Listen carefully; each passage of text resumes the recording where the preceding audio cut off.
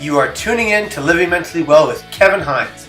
Follow us as we interview some of the greatest, most influential minds and public figures in the fields of suicide prevention, entertainment, activism, mental and behavioral health.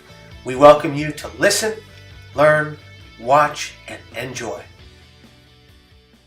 All of this is brought to you by 17th and Montgomery Productions. My vision after finding the ability to live mentally well most days. You're watching Living Mentally Well with Kevin Hines and my best friend, James Kenneth Lewis III. Very important. I call him Louie. Louie, how are you? I'm well, thank you. It's good to see you. It's good to see you. It's been a long time. No, it hasn't. Louie, I want to ask you a couple of important questions. Having known me now for the amount of years you have, having seen me go through a very severe mental illness, a very, very serious suicide attempt that nearly took my life, and back into semi-wellness. You know, I still suffer every day, but I'm able to cope with it. I'm going to ask you a couple questions about that.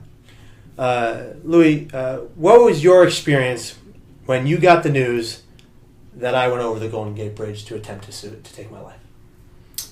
I was with my girlfriend at the time, visiting her at college, and it was about 9 a.m., and I got the phone call, and it was tragic.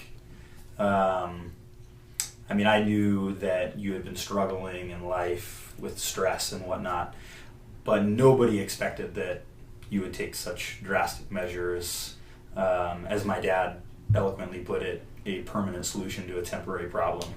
But it was terrible. I remember we jumped in the car and raced down to Marin General to see you as soon as we could. So, did they allow you in right away? Because I remember there was an issue with getting my friends to be able to come into the medical wing to see me.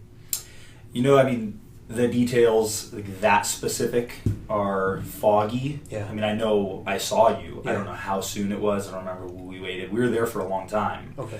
So we'd see you and we'd leave, and we'd see you and we'd leave, and then came back day after day to come and see you also. So I do remember that. Louie, what do you think of the mindset of a person who gets to that point in their lives when they feel personally, because of whatever stress issues or mental struggles, that suicide becomes an option? What do you think, in your opinion, as a layperson, as a person not in the mental health field, but experiencing what you experienced with your friend, what could bring someone to that step in life that's mostly irreversible? Well, since that experience with you, I've had another friend commit suicide. And I think the things that bring people to that feeling or the urge to take the action of ending their life varies from person to person. Whatever it is, it's something, however big or small, very tragic according to them. So it could be something as simply as a bad day, having a bad day, or it can be something more dramatic, an end of a relationship, or an injury that limits somebody's, say in the case of my other friend, was an injury that limited his ability to exercise, which was how he kept himself mentally well. So whatever it is, it's something to an onlooker or outside observer that could seem fairly small, or seem like, oh, you're going to get over this. This is something that will be fixed in a month or two.